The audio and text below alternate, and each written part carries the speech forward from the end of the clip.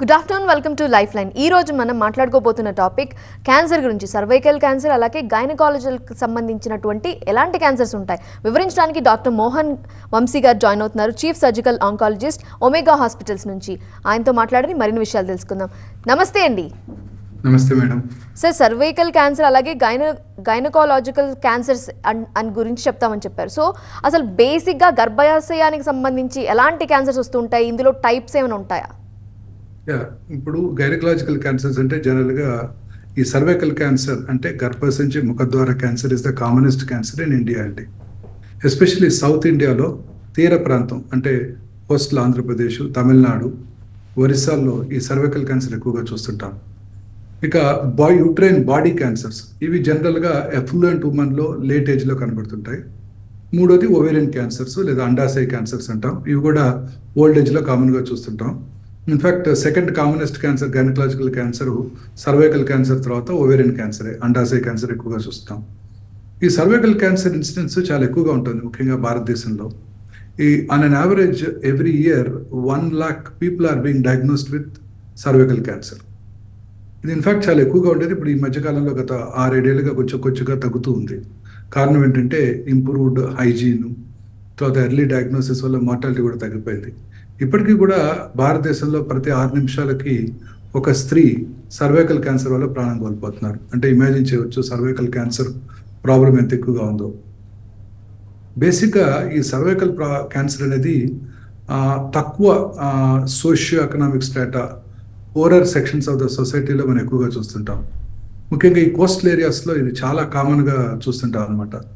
కారణం ఏంటంటే ఈ తీర ప్రాంతంలో ఈ హ్యూమిడ్ ఎన్విరాన్మెంట్లో ఈ హ్యూమన్ పాపులోమెటస్ వైరస్ ఎక్కువగా వ్యాప్తి చెంది ఈ క్యాన్సర్ రావడానికి దోహదం చేస్తుంది. Human papillomatous virus is a very important virus. ఇది సర్వైకల్ క్యాన్సరే కాకుండా ఓరల్ క్యాన్సర్స్ కూడా దారితీస్తుంది.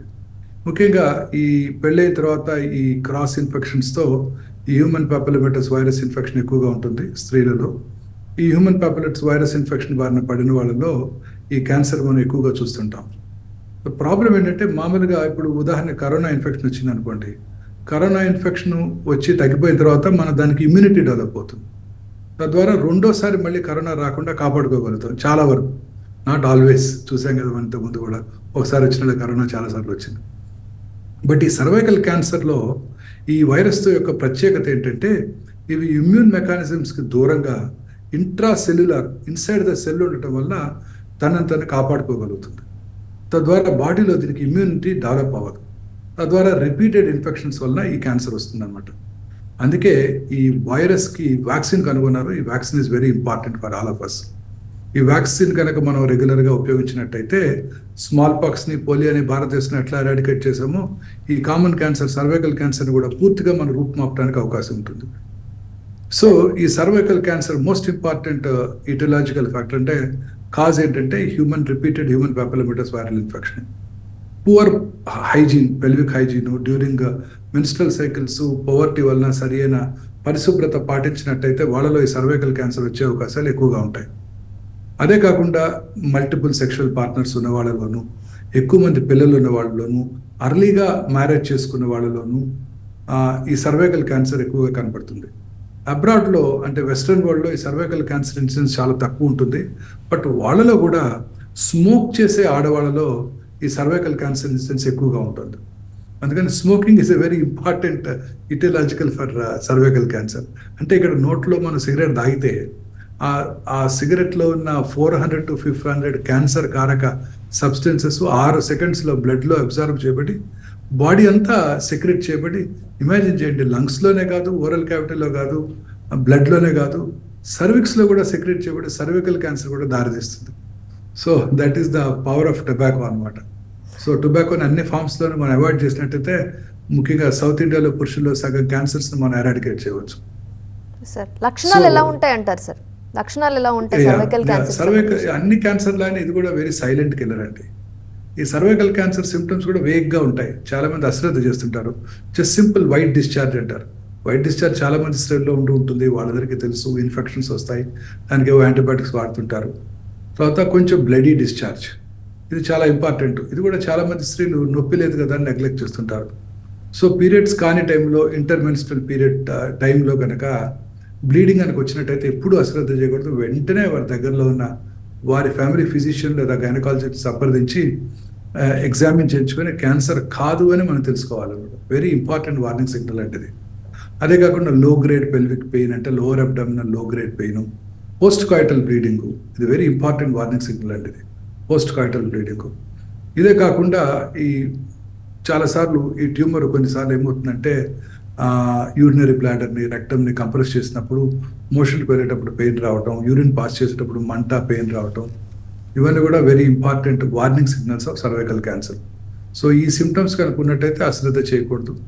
సో చాలా రెగ్యులర్గా వెంటనే వెళ్ళి వారి ఫ్యామిలీ ఫిజిషియన్, గైనకాలజిస్ట్ను సంప్రదించి అది క్యాన్సర్ కాదు అని తెలుసుకోవడం చాలా ఇంపార్టెంట్ అన్నమాట. సో డయాగ్నోసిస్ ఎలా ఉంటుందండి? గుర్తించడానికి ఎలాంటి పరీక్షల ద్వారా డాక్టర్స్ ముందుకెళ్తారు?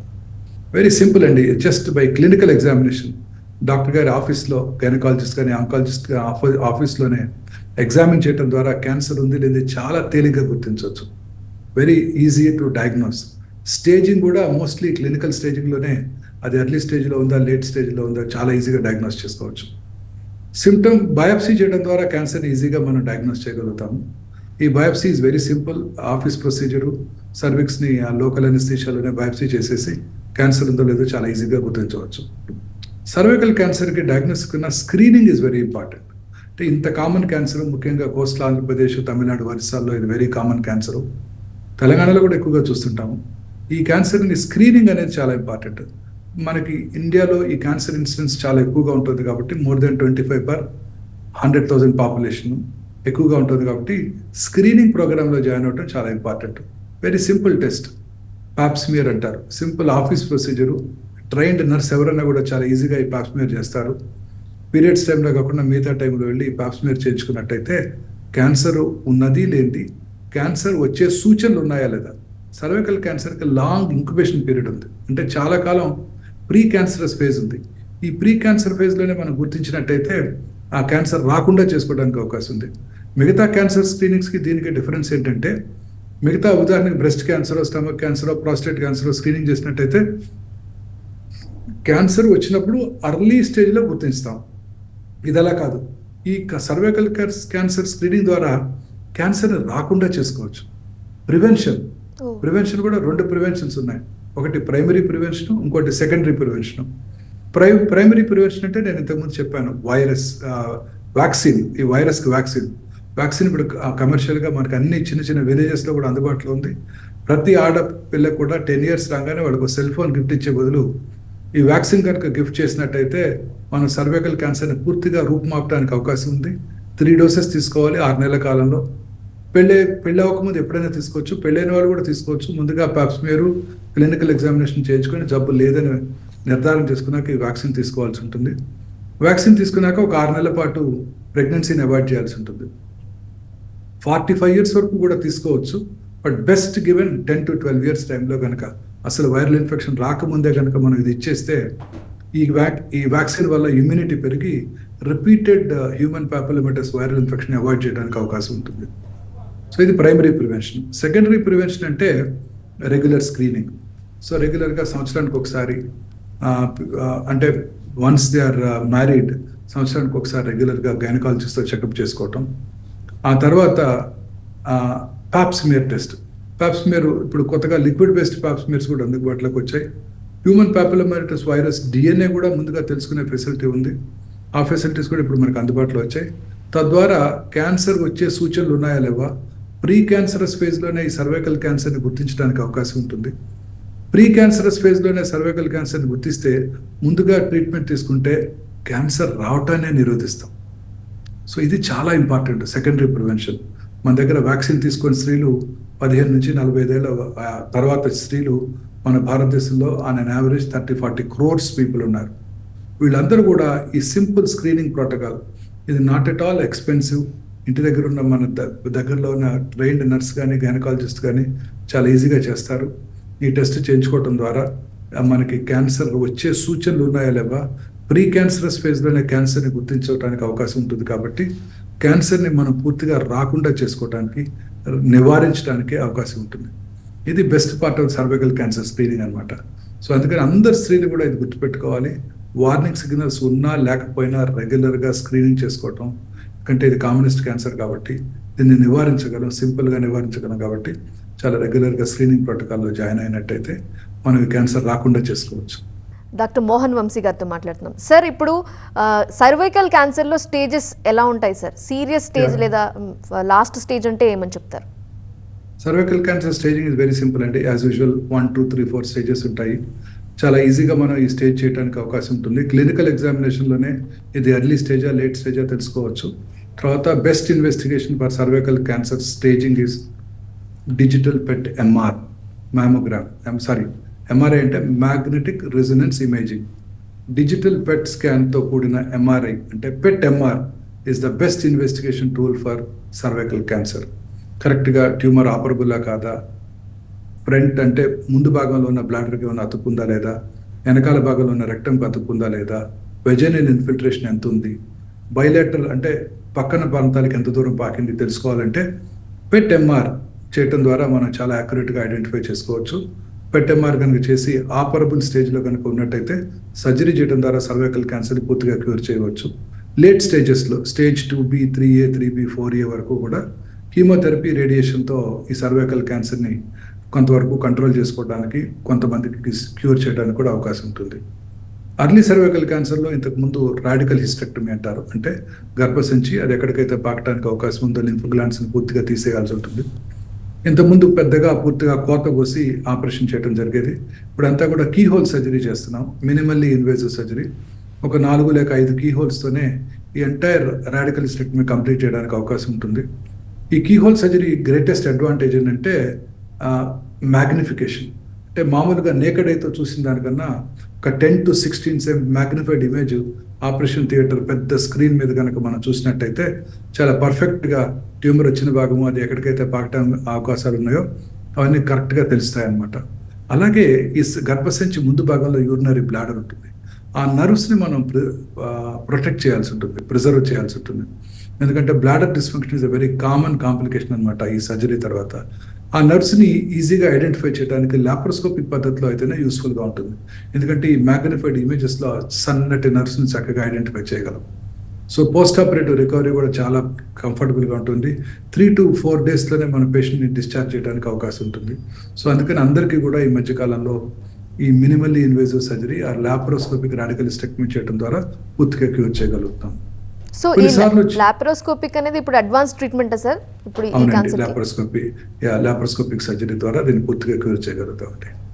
అలాగే లేట్ స్టేజెస్ అంటే కొన్నిసార్లు స్టేజ్ 4B శరీరంలో ఇతర భాగాలకు పాకినప్పుడు అనేక రకాలైన న్యూవర్ చికిత్సలు, టార్గెటెడ్ థెరపీసు, బెవాసిజిమాబు, సెటుక్సిమాబు, అలాగే అవే కాకుండా ఇమ్యూనోథెరపీలు, పెంబ్రోలిజిమాబు ఇవన్నీ కూడా అందుబాటులోకి వచ్చాయి. స్టేజ్ 4B అంటే లేట్ స్టేజెస్లో డయాగ్నోస్ చేసినా కూడా ఈ సర్వైకల్ క్యాన్సర్ పేషెంట్స్కి లైఫ్ పొడిగించడానికి ఈ కొత్త థెరపీలు మనకి చాలా యూస్ఫుల్గా ఉంటాయండి. సో అంటే వీటిని క్యూర్ చేయవు, అతి తక్కువ సైడ్ ఎఫెక్ట్స్తో లేట్ స్టేజ్ సర్వైకల్ క్యాన్సర్ పేషెంట్ని లైఫ్ పొడిగించడానికి ఈ కీమోథెరపీతో పాటు టార్గెటెడ్ థెరపీలు, ఇమ్యూనోథెరపీలు కూడా ఉపయోగపడతాయి. అలాగే ఇన్ బిట్వీన్ అంటే stage 2B, 3A, 3B, 4A స్టేజెస్లో రేడియేషన్ చికిత్స ఇస్ ద ప్రైమరీ ట్రీట్మెంట్. రేడియేషన్తో పాటు వీక్లీ కీమోథెరపీ ఇంజెక్షన్ కూడా ఇవ్వడం జరుగుతుంటుంది. ఈ రేడియేషన్ చికిత్సలో కూడా అనేక రకాలైన నూతన మోడాలిటీస్ అందుబాటులోకి వచ్చాయి. అందులో ముఖ్యమైనది అడాప్టివ్ రేడియోథెరపీ ఆర్ ఆర్టిఫిషియల్ ఇంటెలిజెన్స్తో పనిచేసే లీనియర్ యాక్సిలరేటర్ పరికరం. కరెక్ట్గా గర్భసంచి ముందు యూరినరీ బ్లాడర్ ఉంటుంది, గర్భసంచి వెనకాల రెక్టం మలద్వారం ఉంటుంది. ఈ గర్భసంచిని మనం టార్గెట్ చేసే క్రమంలో ఈ రెక్టమ్ని, బ్లాడర్ని మనం అవాయిడ్ చేయాల్సి ఉంటుంది. రెక్టమ్ని, బ్లాడర్ని అవాయిడ్ చేయడానికి మనం రేడియేషన్ ఫీల్డ్ మనం చూస్ చేసుకుంటాం. కానీ రేడియేషన్ ఇస్తున్నప్పుడు జనరల్గా ఈ రేడియేషన్ 25 రోజులు ఉంటుంది. 3వ రోజు 4వ రోజు పేషెంట్కి కొంచెం కాన్స్టిపేషన్ వచ్చింది అనుకోండి, వెరీ కామన్ కాన్స్టిపేషన్, రెక్టం కొంచెం ముందుకు జరుగుతుంది. ముందుకు జరిగినప్పుడు మనం ట్రీట్మెంట్ ఇవ్వవలసిన గర్భసంచి ముఖద్వారం కూడా కొంచెం ముందుకు జరుగుతుంది. ట్రెడిషనల్గా రేడియేషన్ ఇచ్చినప్పుడు పార్ట్ ఆఫ్ ద రెక్టమ్ మీద డోసు పడుతుంది, పార్ట్ ఆఫ్ ద సర్విక్స్ మీద క్యాన్సర్ డోసు పడకుండా ఉంటుంది, ఎందుకంటే అది కొంచెం ముందుకు వెళ్ళింది కాబట్టి. దీన్ని అవాయిడ్ చేయడానికి పెద్ద ఫీల్డ్స్లో ట్రీట్మెంట్ ఇస్తుంటారు రేడియేషన్ ఆంకాలజిస్టులు. ఒకవేళ అలాంటి మార్పులు జరిగినా క్యాన్సర్ మీద రేడియేషన్ పడేటట్టు చేస్తారు. సో పక్కనున్న నార్మల్ కణజాలం మీద అంటే రెక్టమ్ మీద బ్లాడర్ మీద రేడియేషన్ డోస్ ఎక్కువ పడుతుంది. దీన్ని అవాయిడ్ చేయడానికి ఈ ఈథోస్ ఆర్టిఫిషియల్ ఇంటెలిజెన్స్తో పనిచేసే లీనియర్ యాక్సిలరేటర్ ఉపయోగపడుతుంది. ఈ లీనియర్ యాక్సిలరేటర్ యొక్క అడ్వాంటేజ్ ఏంటంటే దీంట్లో ఇన్బిల్ట్ సిటీ స్కాన్ ఉంటుంది. అంటే ట్రీట్ చేసే ముందు ఆ క్యాన్సర్ వచ్చిన భాగాన్ని పక్కన ఉన్న నార్మల్ ఆర్గన్స్ని అది చూస్తుంది, విజువలైజ్ చేస్తుంది. అంటే ఇనిషియల్గా చూస్తుంది, ఎస్ నార్మల్గా ఏమైనా మార్పులు కనుక ఉన్నట్టయితే రక్తం కొంత ముందు జరిగినా, బ్లాడర్ ఫుల్గా ఉండే సర్విక్స్ కొంచెం వెనక్కి వెళ్ళినా దాన్ని గ్రహిస్తుంది. తర్వాత దానికి కృత్రిమ మేధస్సు ఆర్టిఫిషియల్ ఇంటెలిజెన్స్ ఉంది. సో ఆలోచిస్తుంది, అదేంటి మన రేడియేషన్ ప్లాన్ చేసిన రోజు గర్భసంచి ఒక చోట ఉంది, ఇప్పుడేంటి 1 మిల్లీమీటర్ 2 మిల్లీమీటర్ల ముందు జరిగిందని ఆలోచిస్తుంది. ఆలోచించి కొత్త లొకేషన్లో ఉన్న సర్విక్స్కి రేడియేషన్ డోస్ రీప్లాన్ చేస్తుంది, డెలివర్ చేసేస్తుంది. అంతా కూడా 2 నిమిషాల్లో. ఇదే హ్యూమన్ బ్రెయిన్ అంటే మనం కనుక రేడియేషన్ ఆంకాలజిస్ట్ గుర్తించి ట్రీట్మెంట్ మార్చి రీప్లాన్. యా, సో సర్వైకల్ క్యాన్సర్కి సంబంధించి స్టేజెస్ అలాగే ట్రీట్మెంట్ విధానాలు చెప్తున్నారు. లాప్రోస్కోపిక్ అనేది అడ్వాన్స్ ట్రీట్మెంట్ అని ఆయన చెప్తున్నారు. సరే, ఇంకా ఓవేరియన్ క్యాన్సర్ గురించి మాట్లాడదాము. ఓవేరియన్ క్యాన్సర్కి సంబంధించి ఎలాంటి ట్రీట్మెంట్స్ ఉంటాయి, ముందుగా లక్షణాలు ఎలా ఉంటాయంటారు సార్? యా, ఒక లిటిల్ టెక్నికల్ ప్రాబ్లం వచ్చింది. ఒక బ్రేక్ తీసుకొని తిరిగి వద్దాం, కంటిన్యూ చేద్దాం డిస్కషన్. చూస్తూనే ఉండండి TV9.